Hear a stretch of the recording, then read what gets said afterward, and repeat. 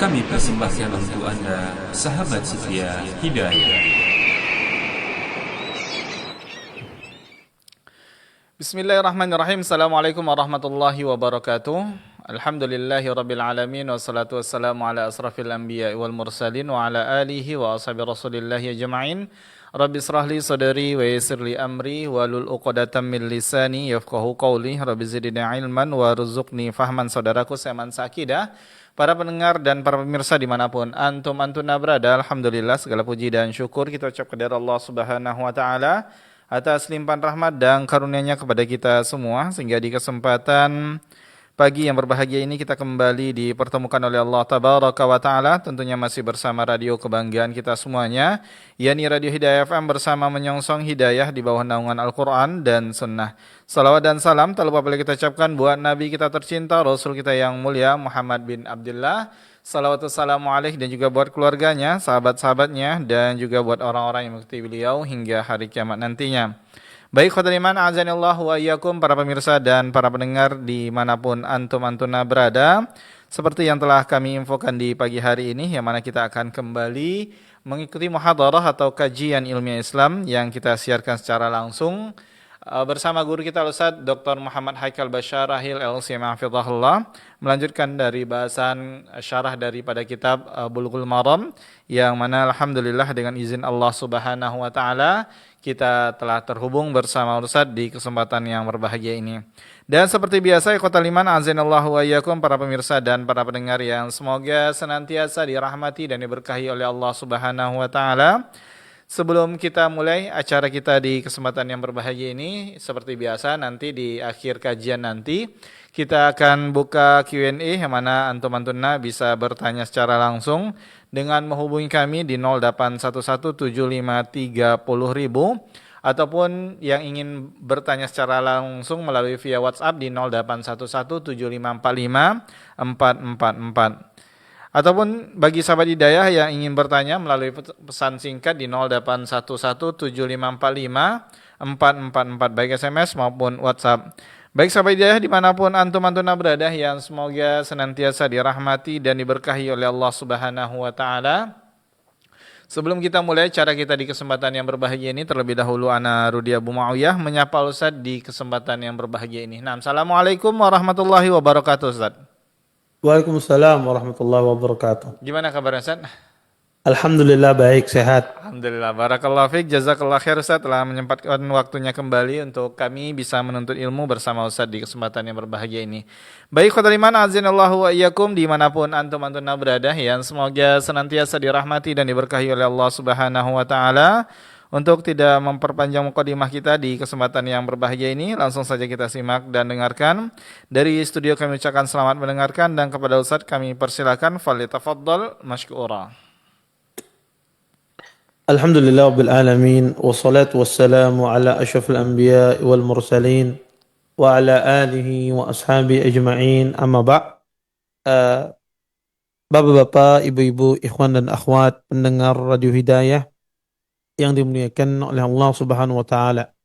Alhamdulillah, segala puji bagi Allah Subhanahu wa taala dengan limpah nikmat yang begitu besar, di antaranya nikmat iman, nikmat Islam, nikmat kesehatan, sehingga kita semua diberikan kemudahan oleh Allah Subhanahu wa taala untuk bisa berhadir di majelis ilmu. Mudah-mudahan apa yang kita pelajari, apa yang kita dapatkan pada pagi hari ini mendatangkan keberkahan dari Allah Subhanahu wa taala, dan kita semua bisa mengambil manfaat dari apa yang akan disampaikan nantinya. Bapak, Ibu, ikhwan dan akhwat yang dimuliakan oleh Allah Subhanahu wa taala, kita lanjutkan kajian kita tentang syarah kitab Bulughul Maram. Kita masuk pada babul hiwalati wad dhaman. Artinya bab tentang pemindahan atau pengalihan utang kepada orang lain, dan bab jaminan. Jadi kita akan membahas dua bab, yaitu bab pemindahan utang dan bab jaminan. Maka ini bab yang baru setelah kita selesai dari bab perdamaian, yang mana ini semuanya berkaitan dengan masalah muamalat, berkaitan dengan kitab muamalat. Bapak, Ibu, ikhwan dan akhwat yang dimuliakan oleh Allah Subhanahu wa taala, di sini Hafidz Ibnu Hajar, penulis kitab ini, penulis kitab Bulughul Maram, beliau membawakan beberapa hadis yang berkaitan dengan pemindahan utang piutang. Di antaranya adalah hadis Abu Hurairah. An Abi Hurairah radhiyallahu taala anhu qala Rasulullah sallallahu alaihi wasallam matlul ghani zulmun wa idza utbi'a ahadukum ala mali'in falyatba muttafaqun alaih wa fi riwayat li Ahmad wa man uhila ala mali'in falyahtal. Dari Abu Hurairah radhiyallahu taala anhu, beliau mengatakan Rasulullah sallallahu alaihi wasallam bersabda, penangguhan pembayaran utang oleh seseorang yang mampu membayarnya adalah perbuatan zalim. Jika salah seorang dari kamu meminta agar utang tersebut dialihkan kepada yang mampu membayarnya, maka hendaklah dia perkenankan. Muttafaqun alaih.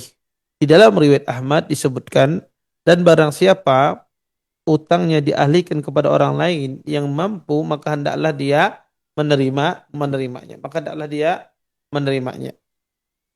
Bapak Ibu ikhwan dan akhwat yang dimuliakan oleh Allah Subhanahu wa taala, pendengar Radio Hidayah yang dimuliakan oleh Allah Subhanahu wa taala, hadis yang mulia ini berbicara tentang masalah pemindahan utang atau pengalihan utang piutang. Kita tahu Bapak Ibu ikhwan dan akhwat, utang piutang ini merupakan perkara yang besar, ya.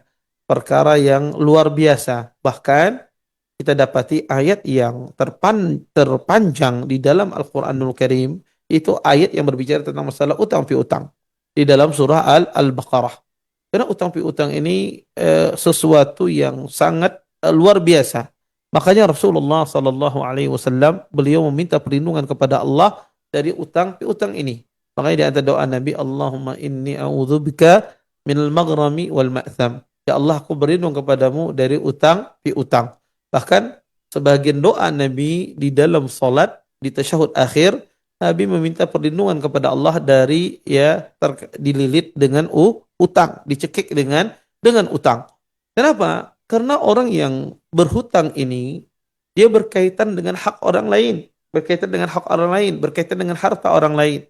Kalau kita tidak pandai, tidak bagus dalam pembayaran utang kita, atau kita tidak melunasi utang kita, maka kita telah berbuat zalim kepada saudara-saudara kita. Padahal Allah mengatakan pada Nabi SAW mengatakan, Inna dima'akum wa amwalakum haramun alaikum ka hurmati yaumikum hada fi syahrikum hada fi baladikum hada. Kata Nabi SAW, sesungguhnya harta-harta kalian, darah-darah kalian, kata Nabi, bahwasanya itu haram untuk diambil tanpa hak, ya, sebagaimana haramnya negeri ini, bulan ini. Maka ketika ada orang tidak membayar utangnya atau tidak melunasi utangnya, maka dia telah berbuat zalim kepada saudara-saudaranya. Dan ini kezaliman ini akan dia ambil nanti, akan dia tuntut nanti di hari kiamat kelak. Makanya Allah Subhanahu wa taala mengingatkan dalam Al-Qur'an, disebutkan fa idza ja'atis sakhah yauma yafirrul mar'u min akhihi yauma yafirrul mar'u min akhihi wa ummihi wa abihi. Kata Allah Subhanahu wa taala, pada hari ditiupkan sangkakala, ya. Pada hari tersebut, ya, seorang anak, ya, seorang akan lari dari saudaranya. Kenapa dia lari dari saudaranya? Dari orang yang dia cintai, karena takut untuk diambil pahalanya. Kalau kita saja lari dari orang yang kita cintai, ya, karena takut diambil pahala kita, tentu saja kita lebih takut lagi ketika kita berbuat zalim kepada orang lain, kemudian diambil pahala kita. Termasuk adalah utang piutang. Dan saking besarnya utang piutang ini, bahkan seorang al-mujahid yang berjihad di jalan Allah diampuni semua dosanya kecuali utang. Kecuali utang piutang dia tidak diampuni oleh Allah sampai dia lunasi utangnya. Bahkan seseorang bisa terhalang masuk surga akibat utangnya. Dan kadang seseorang baru dingin tubuhnya di kuburan ketika utangnya dilunasi. Ini menggambarkan kepada kita bahwasanya utang itu menakutkan, ya, menakutkan. Dan utang itu juga membawa kepada kegelisahan, ya, membawa kepada kegelisahan. Kata Nabi SAW, jangan kalian menakuti diri kalian setelah Allah berikan keamanan kepada kalian. Sahabat bertanya, maksudnya bagaimana menakuti diri kami wahai Rasulullah? Itu kata Nabi, dengan berhutang. Hutang itu membawa kegelisahan, membawa kehinaan bagi pelakunya. Makanya kalau kita Bapak Ibu ikhwan dan akhwat pendengar Radio Hidayah yang dimuliakan oleh Allah Subhanahu wa taala, kalau kita bisa hidup tanpa berhutang, maka jangan berhutang. Ya, dan apakah manusia bisa hidup tanpa berhutang? Insya Allah bisa. Maka kata para ulama rahimallahu taala, ajarkan ya anak kita, istri kita agar qanaah. Eh, Kadang orang itu penyebab dia berhutang mungkin sang suami itu qanaah. Sang suami mungkin dia apa adanya ya. Artinya dia tidak terlalu mengikuti gaya hidup ya, tidak mengikuti gaya hidup. Kadang dia bisa qanaah, tapi kadang istri dan anaknya tidak bisa. Ya, nah sehingga kadang memaksa sebagian pria itu berhutang. Dan kata para ulama, berhutang ini kalau kita tidak pandai memanagenya, tidak pandai mengaturnya, akan membawa kita kepada dosa-dosa lain. Apa itu? Bisa membawa kita kepada riba. Tidak sedikit. Orang karena dia ingin punya uang berhutang dengan cara riba. Dan tidak sedikit orang ingin menutup hutangnya dengan cara misalnya pinjaman online. Dengan cara riba. Ya, dia pinjam sini untuk nutup utang di sini. Nanti selesai utang di sini, pinjolnya ditutup lagi dengan pinjol lain. Terus seperti itu. Sampai nanti bertemu pada titik, dia tidak bisa lagi meminjam ke sana kemari, dan dia habis semua hartanya. Ini membawa kepada dosa lain. Dan ini hati-hati. Ya, hati-hati apalagi zaman sekarang ini, begitu mudahnya seorang berhutang. Maka biasakan kalau Anda berhutang itu, jangan berhutang kecuali perkara yang urgent, perkara yang penting. Ya, dan orang itu kalau dia berutang hanya pada perkara-perkara yang penting, perkara urgent, utangnya nggak banyak. Karena kebutuhan pokok kita ini, Bapak Ibu, itu sedikit. Ya, kebutuhan pokok makan dan minum itu tuh sedikit. Ya. Yang jadi besar kadang utang orang itu apa? Karena dia melakukan sesuatu yang tidak penting. Beli ini yang sebetulnya dia tidak beli pun bisa. Ya. Nah, ini yang menjadikan kadang utang itu membengkak. Ya. Jadi kalau kita pun mau berhutang, ya qadarullah kalau kita seandainya bisa qadarullah berhutang, maka kita hendaknya berhutang pada perkara-perkara yang penting. Kalau terjadi utang, maka insya Allah tidak banyak, tidak banyak, dan insya Allah mampu kita akan melunasi utang tersebut. Kemudian juga ya kalau Anda berhutang ini juga harus punya sikap bahwasanya punya pendirian, punya prinsip bahwasanya kalaupun saya punya uang, saya akan segera melunasi utang saya. Maka jangan ditunda-tunda pelunasan utang itu. Karena banyak orang itu nunda-nunda pelunasan utang, utangnya nanti ajalah, masih belum jatuh tempo. Nanti pas setelah jatuh tempo, uangnya nggak ada. Ya uangnya tidak ada. Kadang orang itu uangnya ada tapi temponya belum jatuh. Misalnya dia berhutang 2 tahun, kemudian berjalan 1 tahun, ada uang sudah. Tetapi temponya belum jatuh, masih ada 1 tahun lagi. Maka sebagian orang kadang-kadang dia tidak mau bayar. Artinya tidak menyegerakan pembayaran. Dia malah nunggu apa? Menunggu utang itu jatuh tempo. Maka ini kata para ulama rahimallahu taala tidak tepat. Biasakan bahwasanya kita itu kalau ada utang, ada uang, segera dilunasi. Ya. Tidak simpan karena nanti ada masanya kita tidak bisa melunasi utang tersebut. Dan perlu juga kalau Anda berhutang itu dicatat ya agar tidak lupa ya. Karena orang itu kadang lupa ya, kadang terjadi khilaf ya, kadang ada orang mengingkari utangnya. Oh enggak, saya tidak pernah berutang kok. Ya, padahal dia betul-betul ada utang, tapi karena utangnya tidak dicatat sehingga dia berbuat zalim kepada saudara-saudara. Dan juga dicatat itu penting sebagai pengingat bagi orang yang berhutang dan juga sebagai bukti bahwasanya Anda pernah melakukan utang piutang. Ya. Maka ini penting ya. Dan kalau kita sudah berhutang, penting kita niatkan untuk apa? Untuk melunasi utang. Ini penting, ada niat. Walaupun duitnya nggak ada lagi masih. Tapi harus pasang niat bahwa saya harus melunasi utang saya. Kenapa? Ini penting. Ya, Nabi SAW mengatakan, ada orang itu, kata Nabi, di kuburannya, dia badannya panas. Panas. Kata Nabi, dia baru dingin ketika utangnya dilunasi. Nah, agar Anda tidak dihisap di kuburan, dan tidak dihisap di hari kiamat karena utang Anda, maka penting Anda memiliki niat untuk membayar utang. Maksudnya apa faedah niat ini, Ustaz? Faedah niat ini adalah kalau sewaktu-waktu Anda meninggal dan Anda punya utang, saudara, keluarga, anak dan seterusnya tidak bisa bayar utang Anda. Tidak bisa bayar utang Anda. Tapi Anda punya utang dan Anda berniat kalau saya punya uang saya akan bayari utang saya. Anda berniat demikian. Tapi Anda meninggal dan uangnya belum ada. Maka kata para ulama, Allah yang akan melunasi utang tersebut. Maka Allah akan melunasi utang tersebut. Akibat apa? Akibat niat Anda. Dan Allah nanti ya berurusan dengan orang yang menagih utang nanti di hari kiamat kelak. Allah yang akan menanggungnya. Berbeda dengan orang yang tidak punya niat untuk melunasi utang. Maka ya, ini dia akan dihisab nanti di hari kiamat kelak. Nah, apalagi dia menunda-nunda pembayaran hutangnya. Nabi SAW mengatakan matul ghaniyyi zulmun. Kata Nabi, orang yang menunda-nunda pelunasan utangnya maka adalah sebuah kezaliman. Padahal dia mampu untuk melunasi hutang tersebut. Ya. Dan kalau Anda berhutang, ya ini penting sebelum kita masuk, Anda memindahkan hutang ketika Anda tidak mampu bayar. Maka ketika Anda berhutang, maka Anda berusaha kalau utangnya itu tidak bertempo, ini harus paham. Kalau utangnya tidak bertempo, maka kapan Anda punya uang, Anda harus bayar utang tersebut. Tidak boleh ditunda-tunda. Contoh misalnya, Anda berhutang sama si fulan. Anggaplah Abdullah berhutang dengan Ahmad. Abdullah berhutang dengan Ahmad. Abdullah berhutang dengan Ahmad 10 juta.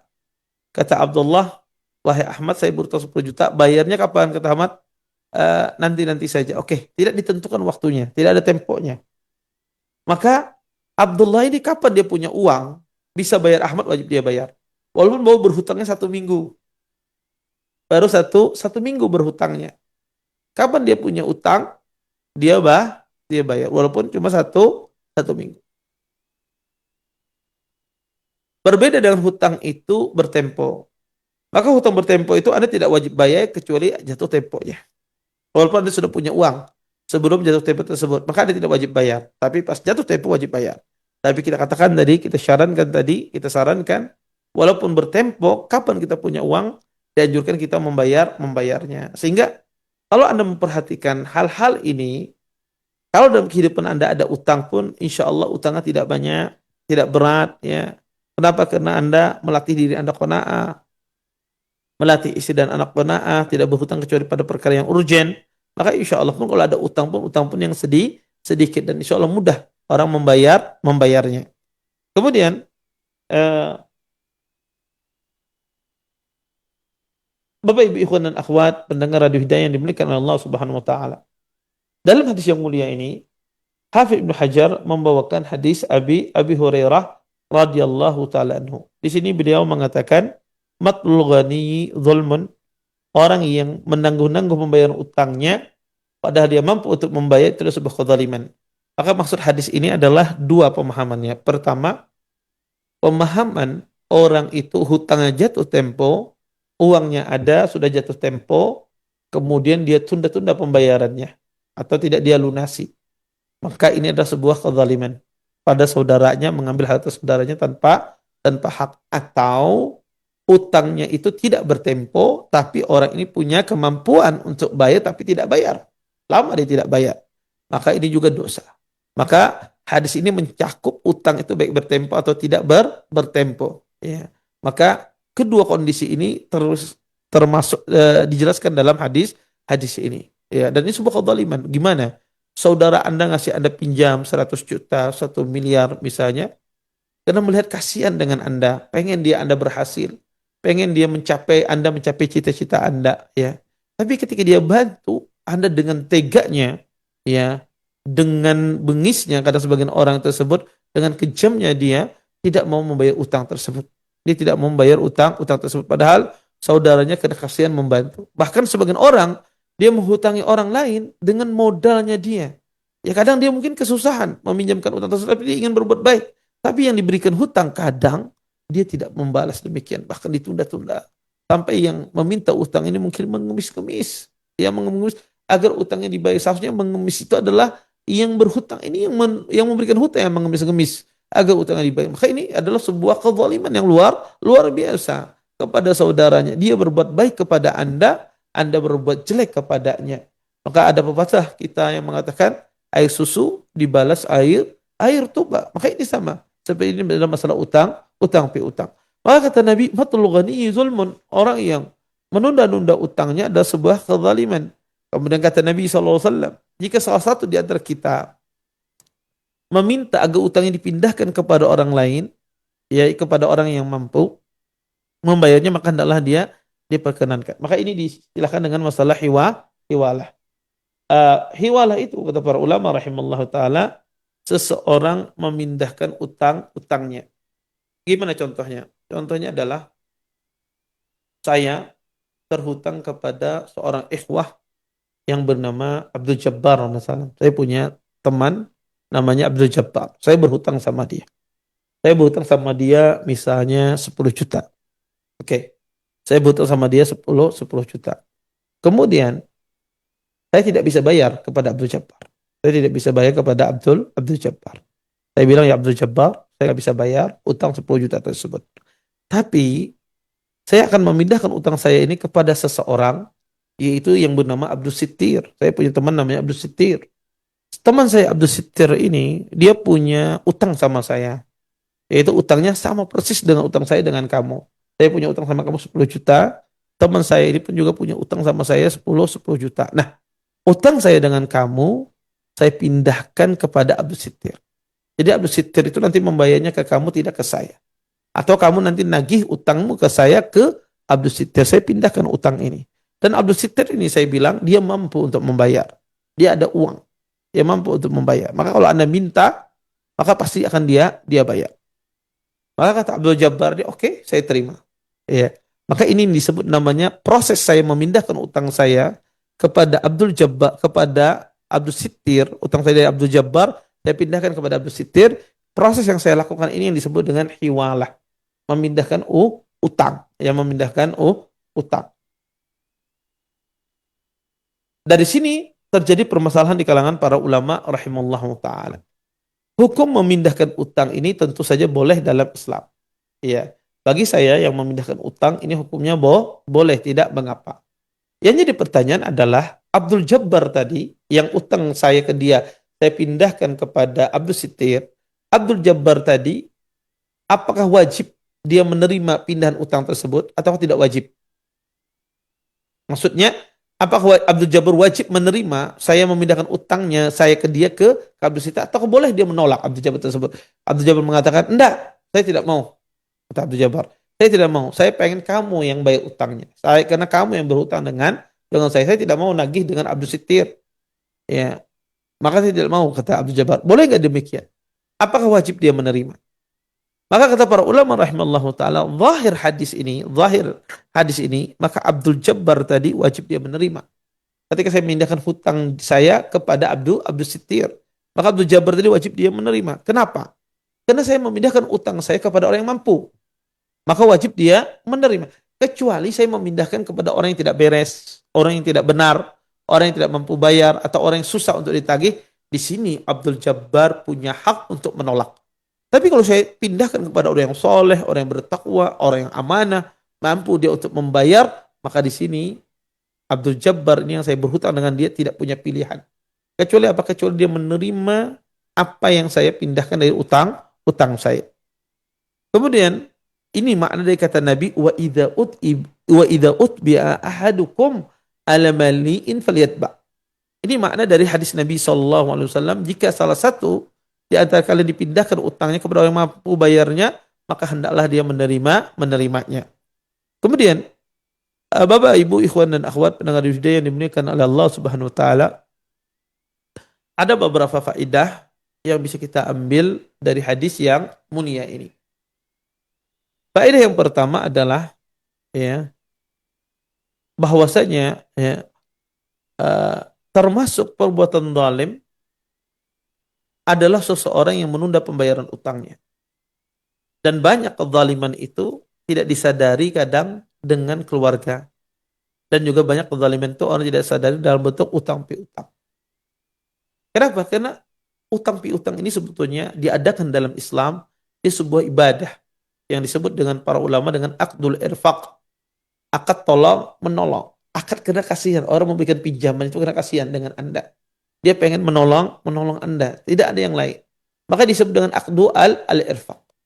Akdul irfaq ini kata para ulama, akad tolong menolong ini tidak boleh sama sekali adanya imbalan atau adanya keuntungan, tidak boleh. Tidak boleh sama sekali. Makanya kalau ada orang mengambil keuntungan dari utang piutang, maka dia riba. Maka dia sesuatu yang haram, diharamkan di dalam Islam. Maka kata para ulama, meminjam ini dia akdu irfaq. Karena dia akad irfaq, yang meminjamkan uang tersebut, maka dia dapat pahala. Makanya orang kalau memberikan pinjaman kepada orang lain, dia dapat pahala. Beda halnya kalau Anda dalam muamalah yang lain, jual beli. Saya beli ini, ya beli sesuatu di tempat ikhwah, saya dapat pahala. Tidak. Karena dia bukan akdul irfaq. Tapi kalau utang piutangnya akdul irfaq, akad tolong menolong. Makanya kalau Anda memberikan hutang kepada orang lain, maka Anda dapat pahala. Pahalanya besar, Ustaz. Pahalanya besar. Apa pahalanya, Ustaz? Pahalanya kata Nabi SAW, kalau kita memberikan utang kepada orang lain, maka seolah-olah kita bersedekah dengan separuh uang yang kita pinjamkan. Contoh misalnya, saya meminjamkan kepada si fulan 5 juta. Saya pinjami dia 5 juta. Maka seolah-olah saya bersedekah kepada si fulan ini seharinya separuh dari 5 juta tersebut. 2.500.000. Seolah-olah saya bersedekah kepada dia separuh dari harta yang saya pinjam. Yaitu sekitar 2.500.000. Dan ini pahalanya besar. Sampai dia lunasi utangnya. Makanya ketika akad yang pahalanya besar ini tidak dibayar, ditunda-tunda pembayarannya, maka ini masuklah di sini dari sisi kezalimannya. Kemudian mafhum dari hadis ini kata para ulama, orang yang tidak mampu bayar, maka dia tidak berbuat zalim. Dan justru orang yang tidak mampu bayar, pemberi utang ini apa? Dia boleh memilih salah satu dari 3 opsi yang ada. Ada 3 opsi yang disediakan di dalam Islam bagi pemberi utang orang yang tidak mampu bayar. Dia bukan termasuk berbuat zalim. Ada 3 opsi yang ditawarkan di dalam Islam. Apa 3 opsi tersebut?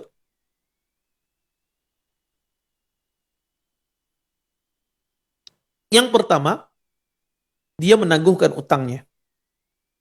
Yang seharusnya dia bayar pada bulan ini, bulan September, dia katakan, enggak, kalau Anda nggak bisa bayar, berarti nanti bayarin di Desember aja. Dia tangguhkan waktu pembayarannya. Dan itu hukumnya wajib. Allah berfirman dalam Al-Quran, فَنَذِيرَةٌ إِلَى مَيْسَرَةٍ. Kata Allah Subhanahu wa ta'ala, tangguhkanlah sampai orang itu mudah untuk membayar. Ini opsi yang pertama. Opsi yang kedua adalah dia boleh memotong besarnya utang. Gimana Ustaz maksudnya memotong besarnya utang tersebut? Maksudnya adalah seseorang memotong besarnya utang tersebut, kata para ulama rahimallahu ta'ala, adalah dengan cara utangnya 10 juta, dia potong jadi 5 juta saja. Utangnya 10 juta, dia potong menjadi 5 juta. Misalnya, kamu punya utang 10 juta. Iya, saya tidak mampu bayar, Ustaz. Oke, tidak apa-apa. Kamu nggak bisa bayar 10 juta, nggak apa-apa. Saya korting utangnya menjadi 5 juta. 5 juta bisa nggak kamu bayar? Oh, bisa kalau 5 juta. Nah, bayar 5 juta. Sisanya lunas. Ini namanya memotong utang. Opsi yang kedua. Ima Anda berikan tangguh, atau Anda potong biaya pembayarannya, Anda relakan sebahagian misalnya, tentunya sesuai dengan kesepakatan. Atau yang ketiga adalah ya Anda mengikhlaskan utang tersebut. Artinya Anda berikan semua, ya sudah. Kalau kamu nggak bisa bayar, ya sudah. Tidak perlu dibayar. Saya ikhlaskan saja. Nah ini pahala juga besar. Jadi intinya orang kalau dia tidak sanggup bayar, ketika dia tidak bayar, dia tidak zalim. Tapi kita yang memberikan hutang ini memberikan opsi 3 opsi. Silakan Anda memilih salah satu dari 3 opsi tersebut. Kemudian Bapak Ibu ikhwan dan akhwat pendengar radio Hidayah yang dimuliakan oleh Allah Subhanahu wa taala. Kata para ulama rahimallahu taala, seorang yang memberikan utang, dia boleh mendoakan keburukan bagi orang yang mampu tapi dia tidak membayar hutangnya. Kenapa? Karena orang ini termasuk pihak yang terzalimi. Dan orang yang dizalimi tidak ada penghalang bagi dia dengan Allah. Kata Nabi SAW, "Laisa bainahu wa bainallahi hijab." Tidak ada pembatas antara orang yang berhutang ya dengan Allah Subhanahu wa taala. Tidak ada pembatasnya. Ya. Boleh dia mendoakan kejelekan, boleh sesuai dengan kadar kezalimannya. Tentu kita tidak boleh membalas melebihi dari kadar kezalimannya. Kemudian di antara faedah juga dari hadis yang mulia ini, Bapak Ibu ikhwan dan akhwat pendengar Radio Hidayah yang senantiasa diberkahi oleh Allah Subhanahu wa taala, maka boleh kita melakukan pemindahan utang. Kata Nabi, kalau utang dipindahkan kepada orang yang mampu, maka hendaklah dia menerima. Ini menunjukkan bahwasanya pemindahan utang itu boleh, ya. Dan orang yang kalau sudah memindahkan utangnya, maka orang yang memberikan uang itu wajib dia menerima pemindahan utang tersebut. Tetapi kalau seandainya dipindahkan utangnya ini kepada orang yang tidak mampu, tidak bisa bayar, ya, susah bayar, ya, maka boleh yang memberikan utang tidak menerimanya. Dan ini juga menjelaskan kepada kita bagaimana syariat semangat agar manusia itu melunasi hutang-hutangnya. Maka syariat menyuruh orang itu untuk bekerja, menyuruh orang itu untuk melakukan usaha, agar apa? Agar dia semangat dalam melunasi utangnya. Baik, kita masuk pada hadis yang berikutnya.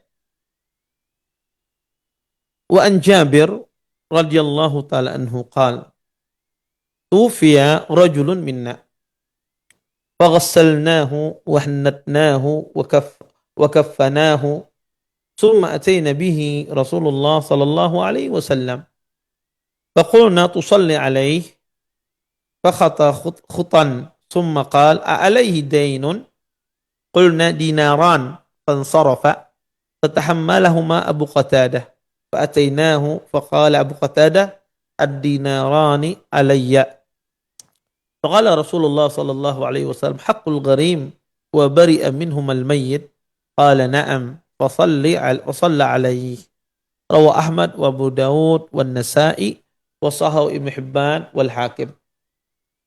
Dari Jabir radhiyallahu taala anhu, beliau berkata, ada salah seorang dari kami meninggal dunia.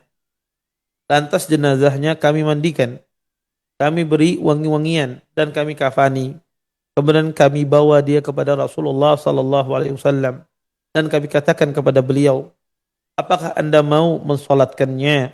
Kemudian beliau melangkah ke depan lantas menanyakan, apakah dia punya utang? Kami jawab, ada sebanyak 2 dinar. Lalu beliau pergi. Lalu utang si mayit itu ditanggung olehnya Abu Qatadah. Dan kami kembali mendatangi beliau seraya Abu Qatadah berkata, aku yang akan membayar utangnya. Maka Rasulullah sallallahu alaihi wasallam bersabda, benar, engkau yang akan membayar utangnya agar si mayit terlepas dari utang tersebut. Abu Qatadah menjawab, iya. Lantas beliau pun mensolatkannya. Hadis ini dikeluarkan oleh Imam Ahmad, An-Nasai, Abu Dawud dan disahihkan oleh Ibnu Hibban serta Al-Hakim. Ya. Hadis ini ya menceritakan tentang kejadian di masa Nabi Sallallahu Alaihi Wasallam. Di masa Nabi Sallallahu Alaihi Wasallam ada seseorang yang mati masih memiliki tanggungan utang. Dia masih memiliki tanggungan utang. Kemudian Nabi Sallallahu Alaihi Wasallam ketika dikasih tahu orang ini meninggal, Nabi bertanya, kata Rasulullah, apakah orang ini memiliki utang? Ya, karena para sahabat ingin Nabi menyolatkannya. Sahabat ingin Nabi jadi imam. Maka Nabi bertanya dulu, apakah dia punya utang? Kata sahabat, iya wahai Rasulullah, 2 dinar. Dia punya utang 2 dinar. Maka Nabi pun berpaling, tidak mau menyolatkan. Kemudian datanglah Abu Qatadah menghampiri Nabi, wahai Rasulullah, saya menjaminnya. Saya menjamin utangnya wahai Rasulullah. Berapa utangnya saya menjaminnya. Maka kata Nabi, betul engkau menjaminnya? Iya. Kemudian Nabi pun menyolati orang tersebut. Iya. Bapak Ibu ikhwan dan akhwat yang dimuliakan oleh Allah Subhanahu wa taala. Di sini hadis yang mulia ini menjelaskan pentingnya seorang penjamin, penjamin. Dan menjamin sesuatu itu boleh. Di sini Abu Qatadah menjamin sahabat yang meninggal ada utang ini. Ya. Maka penjamin itu mewajibkan atas dirinya tanggungan orang lain. Artinya kalau orang itu tidak bisa bayar, maka penjamin yang bayar. Contoh misalnya, saya katakan ada ikhwan berutang sama si fulan. Kata si fulan, saya tidak mau berikan hutang sampai ada yang menjamin. Kemudian saya datang, iya, saya menjaminnya. Utangnya saya menjaminnya semuanya. Akhirnya orang ini memberikan utang 100 juta. Ternyata orang yang diberi hutang ini tidak bayar. Ya, tidak bayar 100 juta tersebut tidak dibayar. Maka yang pemberi hutang ini bisa dia nagih ke saya, bisa.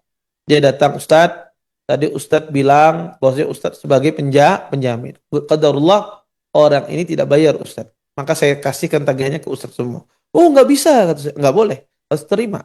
Kenapa? Karena dia sebagai penjamin. Ya, kalau dia tidak bayar, Anda yang wajib membayar. Karena Anda menjaminnya. Orang itu tidak mengeluarkan uangnya kecuali mendengar perkataan Anda. Oleh karena itu para ulama rahimallahu taala ya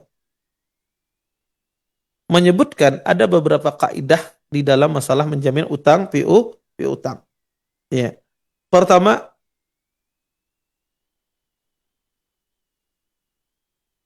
orang yang menjamin ini harus jaiz tasarruf kata para ulama.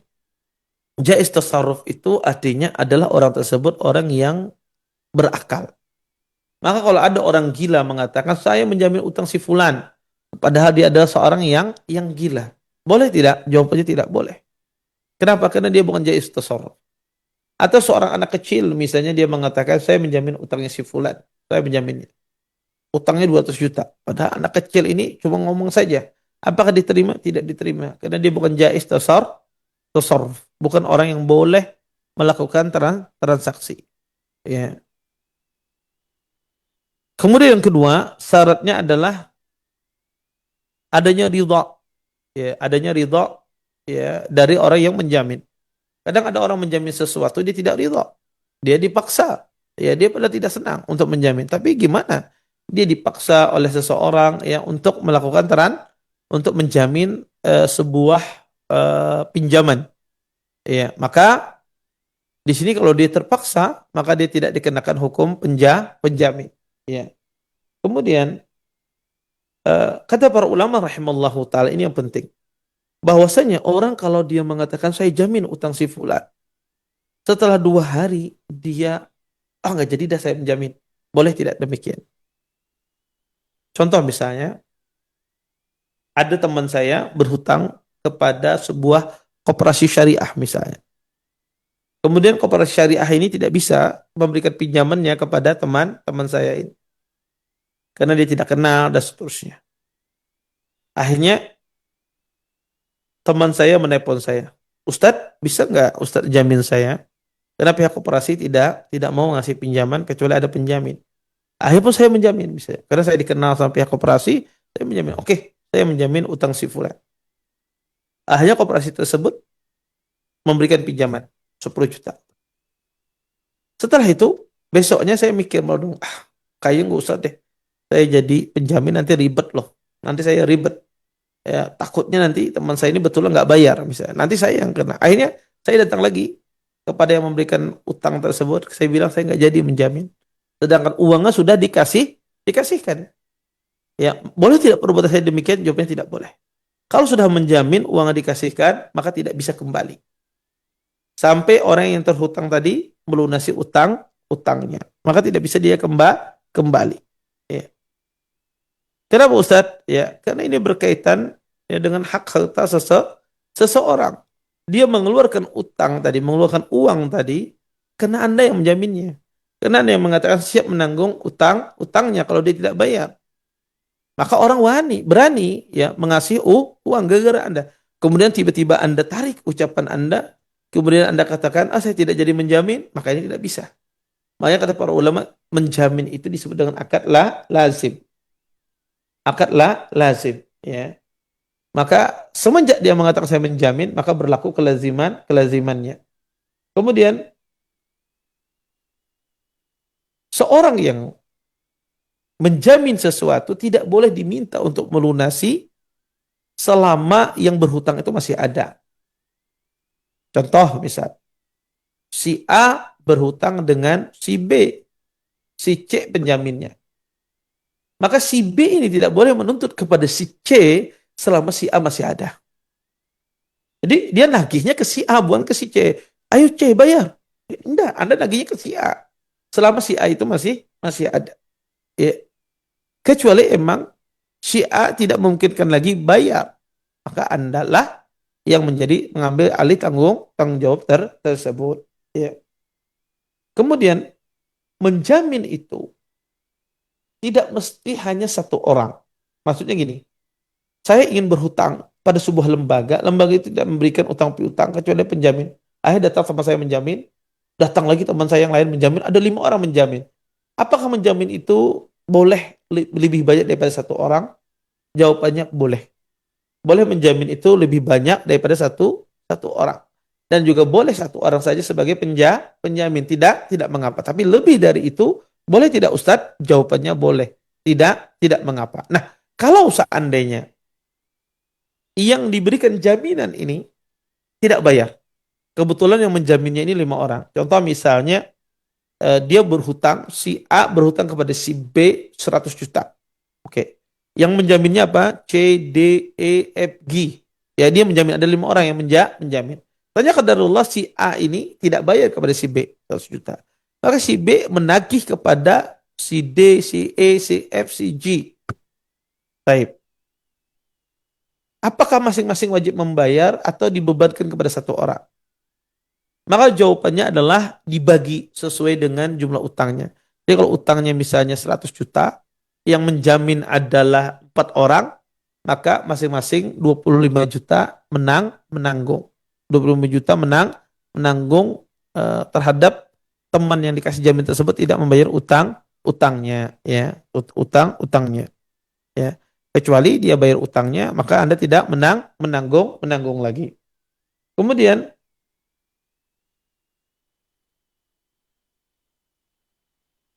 kata para ulama rahimallahu taala, apakah disyaratkan, ya, ridhonya orang yang meminjam atau yang memberikan hutang ketika menjamin. Misalnya saya mengasih utang kepada si fulan, ada si fulan sebagai jaminan menjamin, apakah disyaratkan ridho saya terhadap pemberi utang? Iya, harus dengan ridho saya. Kalau saya tidak ridho, saya nggak mau Anda penjaminnya. Bisa jadi Anda sama dengan dia. Maka harus disyaratkan ridho siapa? Ridho yang memberi utang. Apakah disyaratkan ridhonya orang yang berhutang? Orang berhutang 10 juta, kemudian ada penjaminnya, saya menjaminnya. Apakah disyaratkan harus orang yang berhutang ini ridho dulu dengan penjamin? Jawabannya tidak. Tidak disyaratkan ridhonya penjamin. Di sini disyaratkan ridhonya siapa? Orang yang berhutang, ya, ridhonya orang yang menjamin dengan ridhonya orang yang memberikan hutang. Di sini yang disyaratkan. Baik. Dan ya, salah satu sebab mayit itu diadab di kuburannya, utangnya tidak beres.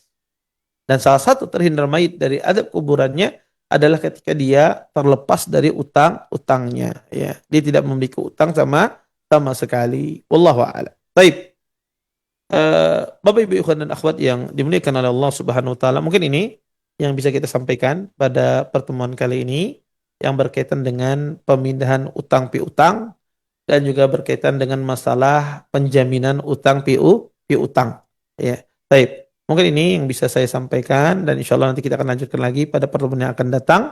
Masih pada topik yang sama, pembahasan tentang masalah pengalihan utang piutang dan juga masalah penjaminan. Sisa waktu yang ada saya kembalikan kepada pembawa acara di studio. Nah, demikian ikhwatal iman azanillahu wa iyyakum, para pemirsa dan para pendengar yang semoga senantiasa dirahmati dan diberkahi oleh Allah Subhanahu wa taala. Demikian telah kita simak bersama pemaparan materi yang telah disampaikan oleh Ustadz di kesempatan yang berbahagia ini. Baik ikhwatal iman azanillahu wa iyyakum, di sisa waktu yang ada kita buka Q&A bagi sahabat hidayah yang ingin bertanya secara langsung di kesempatan yang berbahagia ini di 08117530.000 ataupun melalui via WhatsApp di 081175454444. Ataupun juga bagi sahabat hidayah yang ingin bertanya melalui pesan singkat di 081175454444, baik SMS maupun WhatsApp. Baik Ustaz, mengenai topik kita di kesempatan yang berbahagia ini mengenai hutang Kalau hutang jual beli itu bagaimana Ustadz? Itu apakah termasuk hutang hampir sama Ustadz dengan yang kita bahas sedikit ini Ustadz? Iya, jazakumullah khair. Iya, utang jual beli juga bagian utang piutang ya. Sama, tidak ada bedanya. Tetapi mungkin sifatnya utang jual beli itu adalah dia sudah ada modalnya ya, cuma ingin memutar modal yang ada. Maka ini sebetulnya ya tidak mengapa selama itu adalah kebutuhan yang urgent, kebutuhan yang penting. Karena kalau dia tidak berhutang, maka usahanya tidak jalan. Itu kebutuhan yang penting. Makanya saya katakan kalau orang berhutang pada kebutuhan yang penting, maka insya Allah utangnya tidak bengkak. Ya. Tapi utang itu jadi bengkak, kenapa? Dia berutang pada sesuatu yang tidak penting. Maka jual beli juga bagian dari utang piutang ya, dalam jual beli. Nah, terima kasih Ustadz. Baik, kita coba berikan kesempatan perdana bagi sahabat hidayah yang ingin bertanya secara langsung di kesempatan yang berbahagia ini di 08117530000.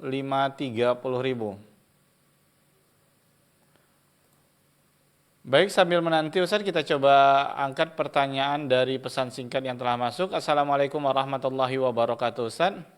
Waalaikumsalam warahmatullahi wabarakatuh. Dari Abu Hanifah di Tarai, jika dahulu kita pernah berhutang atau mengambil sesuatu tanpa sepengetahuan sang pemilik dan kita tidak tahu lagi di mana keberadaan orang tersebut, bagaimana cara kita membayar hutang dan meminta penghalalan atas apa yang telah kita ambil Ustaz? Mohon nasihatnya Ustaz, jazakumullahu khairan. Nah Ustaz.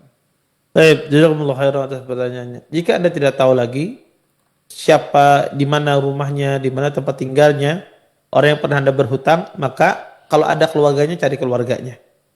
Kalau tidak temu juga keluarganya, apa yang harus dilakukan Ustaz? Maka setelah Anda maksimal mencari dia dan keluarganya tidak ditemukan, maka Anda sedekahkan uang yang pernah Anda pinjam. Misalnya saya pernah pinjam sama dia 5 juta Ustaz, maka 5 juta itu Anda sedekahkan dan niatkan pahalanya untuk saudara Anda tersebut yang Anda tidak temukan di mana dia. Tapi Ustaz, sudah saya sedekahkan 5 juta, ternyata setahun kemudian orangnya datang. Orangnya saya lihat, gimana itu? Maka Anda bilang kepada dia, Anda datangi, dulu saya punya utang sama Anda, tapi saya sudah sedekahkan untuk Anda. Anda tinggal pilih. Anda boleh ambil pahala itu, atau saya bayar 5 juta lagi, pahala itu saya ambil. Maka dia suruh kasih pilihan. Kata dia, enggak, saya pengen uang saya kembali. Anda kasih uang kembali. Uang yang Anda sedekahkan tadi, pahalanya ke Anda. Pahalanya ke kita. Wallahu a'lam. Nah Ustaz, mengenai seperti ini Ustaz, seperti pengalaman pribadi waktu sekolah dulu Ustaz, makan seperti gorengan, mie ayam gitu Ustaz. Setelah kita datang ke sekolah tersebut, pemilik kantin atau yang jualan sudah berbeda nih Ustaz. Kita juga nggak tahu, sudah cari informasi. Kemudian niat kita sudah kita infak, niatnya untuk mereka-mereka yang dulu pernah kita jahili lah Ustaz, kita salah di satu sisi seperti ini. Apakah cukup sekali atau kita nanti terniat lagi sedekah lagi untuk beliau atau gimana nih Ustaz? Baik Ustaz. Ya, jazakumullah khair atas pertanyaannya. Kadang ya emang dulu masa-masa anak muda kadang atau masa kecil waktu SMP kadang makan gorengan ya, makannya 5 bilangnya cuma 2 misalnya. Iya. Iya. Saya makan gorengan cuma, padahal dia makannya 5, bayarnya cuma 2. Nah, ketika ingin bertaubat gimana? Orangnya sudah nggak ada, sudah meninggal. Maka Anda keluarkan dari harta Anda itu berapa harga gorengan dulu tuh? Biasanya 2.000. Maka Anda pernah tidak bayar 10 gorengan, berarti 20.000. 20.000 Anda sedekahkan, niatkan untuk dia. Maka kalau sudah nominalnya dipenuhi, cukup 1 kali. Cukup 1 kali. Yang penting sesuai dengan nominal yang dulu pernah kita ambil ya tanpa hak. Cukup sedekahkan, cukup satu kali. Tapi kalau Anda ingin bersedekah lagi untuk beliau ya boleh saja, tidak mengapa. Wallahu a'lam. Nah, terima kasih jawaban dan nasihat dari Ustaz. Mudah-mudahan dapat dipahami juga bagi sahabat hidayah yang lain. Baik, kita coba angkat penelpon nih Ustaz. Ada datang dari WA. Halo, assalamualaikum. Dari siapa, di mana Bapak? Dari Oko di Kuala Ustaz. Bapak Oko di Panam, silakan dengan pertanyaannya. Ya ini Ustaz, apabila seseorang memiliki hutang nih Ustaz, taruh misalnya 10 juta, kemudian tatkala si penghutang ini mau membayar, mau mengangsur, si pemberi utang ini ngomong, nggak usah diangsur. Saya tahu kebutuhanmu itu kan banyak, jadi nggak usah diangsur lah, karena kan mau susah. Jadi gimana? Ya, kalau misalnya saya mati gimana? Kalau misalnya kamu mati udah saya ikhlasin aja gitu. Jadi gimana? Ya udah di apa aja, pakai aja duit itu dulu. Selama mampu nanti, pokoknya pakai aja lah gitu. Seperti itu, Ustaz. Itu gimana hukumnya ya, Ustaz? Dan apabila kita mati, bagaimana itu hukumnya? Apakah lunas utang kita atau bagaimana, Ustaz? Baik. Demikian, Ustaz. Terima kasih jawabannya. Assalamualaikum. Waalaikumsalam warahmatullahi wabarakatuh. Nah, Ustaz, dapat dipahami, Ustaz? Ya insya Allah, tapi kalau saya kurang nanti tolong diingatkan Baik, kembali Ustaz. ya. Baik, Ustaz. Beliau tadi berhutang 10 juta, misalnya ada orang berhutang 10 juta. Mau dia cicil, pembayarannya berangsur, tapi yang memberi hutangnya nggak mau. Nanti aja, pakai aja uangnya, mungkin kamu butuh, kapan-kapan bisa bayar. Ya. Kemudian yang si berhutang, dia mengatakan, oh saya mati gimana? Ya sudah, saya ikhlaskan saja.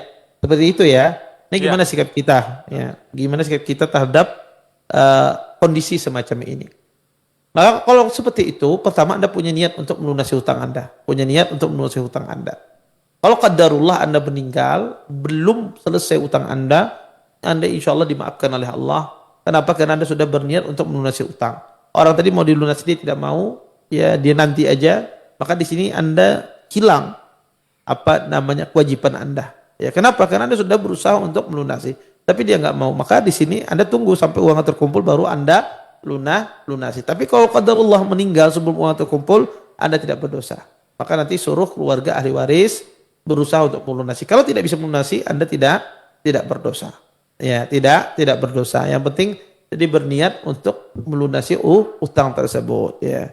Dan seyogyanya orang yang memberikan pinjaman, kalau seandainya emang dia tidak mau diangsur, ya tidak ada masalah. Tetapi hendaknya juga dia bantu terhadap orang yang meminjam ini. Kadang orang itu kalau dia tidak diangsur ngumpulkan itu capek. Kadang tergoda. Maka hendaknya dia mungkin cari orang lain yang menerima angsuran tersebut. Nanti kalau sudah terkumpul diserahkan kepada Anda. Itu yang terbaik sebetulnya. Itu yang terbaik. Karena kadang Anda ingin menolong dia, gampang aja nanti. Kalau kamu sudah mampu saja. Tapi kadang bisa mencelakakan dia. Kenapa? Karena uang ketika sudah terkumpul banyak, malas dia bayar. Pakai aja dulu lah, dia kan juga tidak butuh gitu. Karena syaitan itu kadang bermain, membisikkan di hati manusia. Maka afdalnya Anda kalau tahu seperti itu, temannya tidak mau diangsur, maka Anda tabungkan uangnya itu, Anda simpan, tabung ya di tempat yang paling aman, di teman Anda. Nanti kalau sudah terkumpul Anda bayarkan. Semacam itu. Allahu a'lam. Nah, terima kasih Ustadz jawaban dan nasihatnya. Kita beralih ke pesan singkat yang cukup banyak masuk mengenai hutang piutang ini Ustadz. Ya, Assalamualaikum warahmatullahi wabarakatuh Ustadz. Waalaikumsalam warahmatullahi wabarakatuh. Nah, hamba Allah di Marpoyan Damai, bagaimana jika hutang yang kita berikan kepada orang lain di hari kemudian bolehkah kita anggap itu sebagai zakat Ustadz? Mohon nasihatnya Ustadz. Nah. Waalaikumsalam warahmatullahi wabarakatuh. Tidak boleh ya. Tidak boleh orang ada utang sama kita, kemudian kita jadikan itu zakat. Kenapa tidak boleh? Karena di sini Anda ingin menyelamatkan harta Anda. Karena orang itu tidak bisa bayar. Karena tidak bisa bayar, Anda ingin menyelamatkan harta Anda, biar harta Anda tidak berkurang, Anda jadikan itu zakat. Maka tidak boleh. Terus gimana caranya? Caranya adalah Anda keluarkan zakat, Anda kasihkan ke dia. Ingatkan dia, bahwasanya Anda punya utang sama saya. Ya ini ada uang zakat. Anda kasihkan. Kalau dia bayarkan ke zakat, dia bayarkan ke utang, alhamdulillah. Kalau dia tidak bayarkan, maka itu haknya dia. Karena orang berzakat itu nggak boleh ngatur. Ketika dikasih uang, nggak boleh uangnya ini harus tidak boleh ngatur. Orang yang ngasih zakat, ya dia ngasih saja. Adapun mengatur keuangan itu adalah orang yang menerima zakat. Maka kalau Anda ingin berzakat kepada dia, Anda lihat orangnya tidak mampu, Anda kasih uangnya, kemudian Anda serahkan dulu, kemudian bisa Anda ingatkan, Anda kan punya utang sama saya. Gimana kalau baiknya Anda bayarkan uang ini zakat. Uang zakat ini untuk utang Anda. Tapi tidak boleh Anda paksa. Kalau orangnya mau, nggak apa-apa, saya bayarkan. Alhamdulillah. Kalau tidak, ya sudah. Ya wassalam berarti. Wallahu a'lam. Nah Ustaz, mengenai kalau niatnya seperti ini Ustaz, dia berniat, dia setelah menghitung hartanya, mungkin hartanya tersebut jatuh nisabnya, tapi masih lama nih Ustaz. Tapi dia berniat ngasih pinjaman itu dengan, ini saya niatkan zakat saya nanti gitu. ketika jatuh temponya, kalau dia pun tidak bayar ya sudah clear. Tapi niat awalnya itu yakni dia zakat nih Ustaz, karena gini apa namanya di zakat dia belum jatuh nih Ustaz. Setelah dihitung-hitung hartanya mungkin tahun depan dia akan tetap jatuh untuk berzakat. Namun karena masih jauh dan dia berniat nih Ustaz, karena ingin nolong, saya niatkanlah dari zakat saya keluarkan ini. Tapi menolong dia itu supaya memberikan pelajaran, tapi bukan kita bilang nih uang zakat kita nih, tapi kita sampaikan bahwasanya pelajaran menolong dia. Ketika dia memang tidak mampu ya sudah, berarti sudah clear gitu aja. Tinggal kita yaudah, kalau antum tidak mampu sudah kita clearkan saja, tidak ada masalah.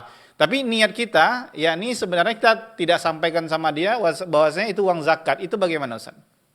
Ya. Jazakumullah khairan atas pertanyaannya. Ada orang mengeluarkan zakatnya lebih dahulu, haulnya belum nyampe. Haulnya belum nyampe. Mengeluarkan zakat terlebih dahulu itu boleh, tidak ada masalah berdasarkan hadis Ibnu Abbas. Tetapi dia mengasihkan ke orang tanpa dia kasih tahu ini zakat atau bukan. Karena kebetulan orang itu meminjam, dia kasih. Dia niatkan untuk zakat. Ya. Maka sampai di sini tidak ada masalah. Sampai di sini tidak ada masalah. Maka itu zakat. Itu masuknya zakat. Yang jadi masalah adalah ketika Anda kasihkan, kemudian dalam hati kecil Anda, kalau dia bayar saya terima juga. Misalnya gitu ya. Kalau dia bayar utangnya saya terima. Kalau dia tidak bayar, maka saya anggap zakat. Nah, ini yang tidak pas. Kenapa? Karena di sini dia berarti mengasihnya bukan dalam kategori zakat. Kategorinya di sini mengasihnya dalam bentuk utang. Tapi kalau dia mengasihnya, pokoknya saya kasih ini, nanti kalau datang waktu zakat, saya tidak berzakat lagi karena sudah saya kasih ini. Maka ini zakat. Ini zakat.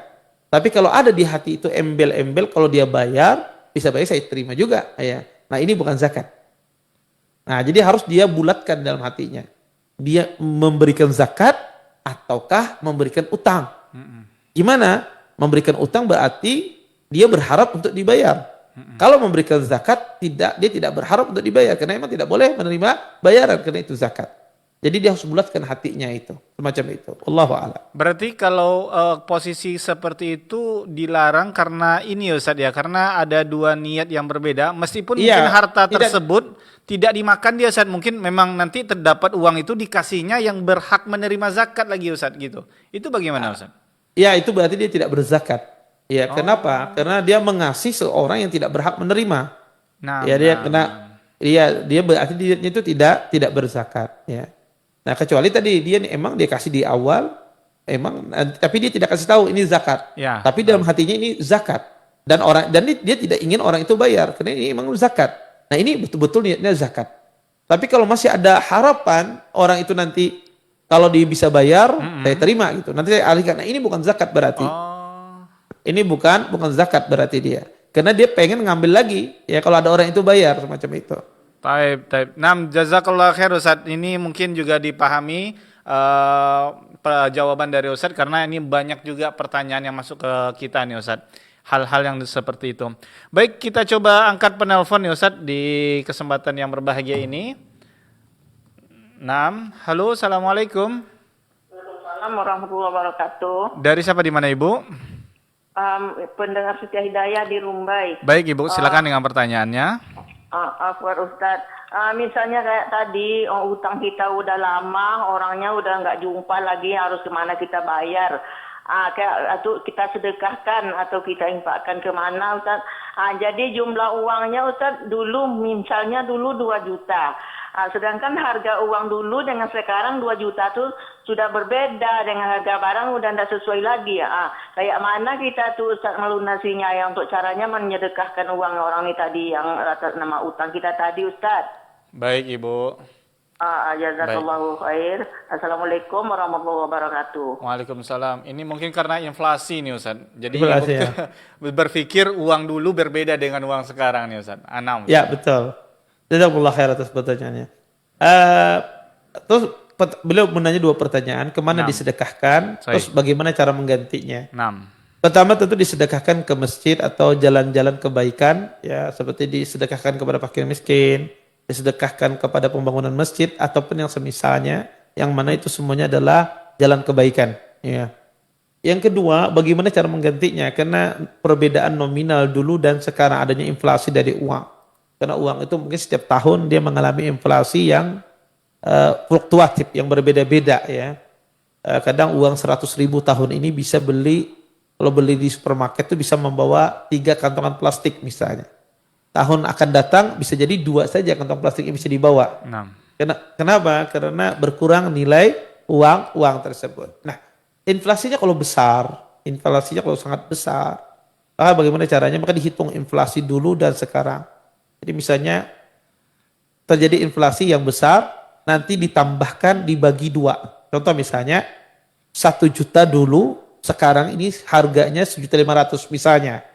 Maka gimana caranya? Berarti dia bayarnya 1.250.000 utangnya. Dibagi 2. 250.000-nya ditanggung oleh pemberi utang, 250.000 ditanggung kita. Jadi dulu 1 juta, sekarang nilai 1 juta itu 1.500.000 misalnya. Ini berapa saya bayar? 1 juta 1.500.000. Kita katakan bayarnya 1.250.000.